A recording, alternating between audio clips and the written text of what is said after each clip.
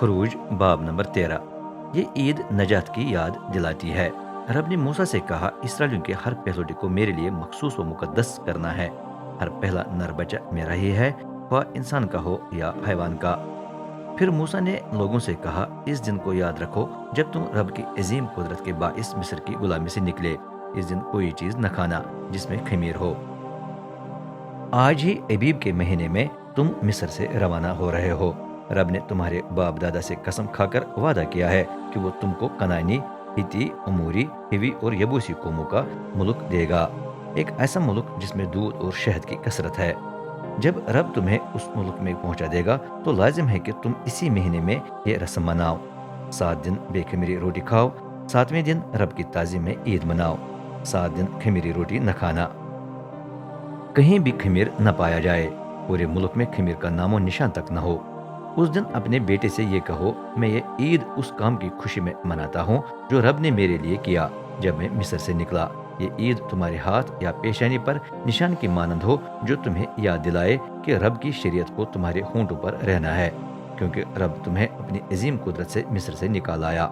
इस दिन की याद हर साल ठीक वक्त पर मनाना। पहलौठों की मखसूसियत। रब तुम्हें कनानियों के उस मुल्क में ले जाएगा जिसका वादा उसने कसम खाकर तुम और तुम्हारे बाप दादा से किया है। लाजिम है कि वहां पहुंचकर तुम अपने तमाम पहलौठों को रब के लिए मखसूस करो।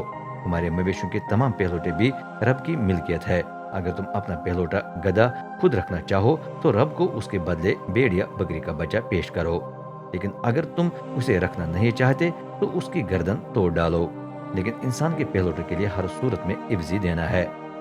आने वाले दिनों में जब तुम्हारा बेटा पूछे कि इसका क्या मतलब है, तो उसे जवाब देना, रब अपनी अजीम कुदरत से हमें मिस्र की गुलामी से निकाल आया। जब फिर उन्हें अकड़कर हमें जाने न दिया तो रब ने मिस्र के तमाम इंसानों और हैवानों के पहलौठों को मार डाला। इस वजह से मैं अपने जानवरों का हर पहला बच्चा रब को कुर्बान करता और अपने हर पहलौठे के लिए इवजी देता हूँ। ये दस्तूर तुम्हारे हाथ और पेशानी पर निशान की मानंद हो, जो तुम्हें याद दिलाए कि रब हमें अपनी कुदरत से मिस्र से निकाल आया। मिस्र से निकलने का रास्ता। जब फिरौन ने इसराइली कौम को जाने दिया तो खुदा उन्हें फलस्तियों के इलाके में से गुजरने वाले रास्ते से लेकर न गया, अगरचे उस पर चलते हुए वो जल्द ही मुल्क कनान पहुंच जाते, बल्कि रब ने कहा, अगर उस रास्ते पर चलेंगे तो उन्हें दूसरों से लड़ना पड़ेगा। ऐसा न हो कि वो इस वजह से अपना इरादा बदलकर मिस्र लौट जाएं। इसलिए खुदा उन्हें दूसरे रास्ते से लेकर गया और वो रेगिस्तान के रास्ते से बहर कुलजुम की तरफ बढ़े। मिस्र से निकलते वक्त मर्द मसलह थे।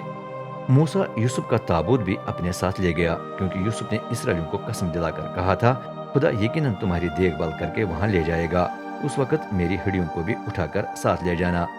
इसराइलियों ने सुकात को छोड़कर एताम में अपने खीमे लगाए। एताम रेगिस्तान के किनारे पर था। रब उनके आगे आगे चलता गया दिन के वक्त बादल के सुतून में, ताकि उन्हें रास्ते का पता लगे, और रात के वक्त आग के सुतून में, ताकि उन्हें रोशनी मिले। यूं वो दिन और रात सफर कर सकते थे। दिन के वक्त बादल का सुतून और रात के वक्त आग का सुतून उनके सामने रहा।